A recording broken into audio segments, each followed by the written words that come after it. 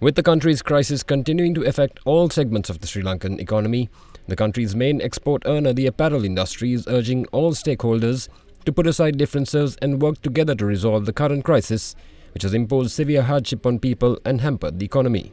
The industry warns that if the current macroeconomic crisis continues for longer without any urgent action being taken to address it, the social and economic consequences imposed upon Sri Lanka's people will be incalculable. The Joint Apparel Association Forum says that the government's inaction in finding and implementing a constructive solution to the current crisis urgently risks the imposition of potentially heavy costs the country will continue to pay over the long term, including access to global markets. In a statement, the JAAF says that with the current crisis having been brewing for several months, the government's procrastination in finding solutions has created considerable hardship for ordinary people, while power and fuel outages have already led to the shutdown of many small establishments and escalated the cost of production for others.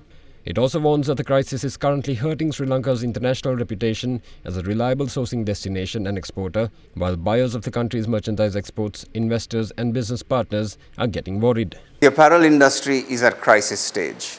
The shortages of diesel are now beginning to affect every single factory to the point where we will start seeing factories being unable to operate. We require diesel not only for our generators, but also to transport staff and to transport our goods. The unavailability of diesel is hitting factories, particularly in the SME sector. We foresee that as soon as factories return to work after the April holidays, a number of these SME factories will not be able to operate simply because they do not have diesel. Unless this situation is urgently arrested, we see a 25 to 30% drop in exports in the month of April. JAAF makes an urgent call out to all political parties, to all stakeholders, to put aside their differences and come together to resolve the current crisis that's hitting the economy. If we do not do this as a matter of urgency, the economic collapse we are facing as a country will be something we have never seen before. We urgently need to expedite the discussions with the International Monetary Fund to arrange the restructuring of debt, to pause the payment of debt, and to put in the structural reforms that are needed. We welcome the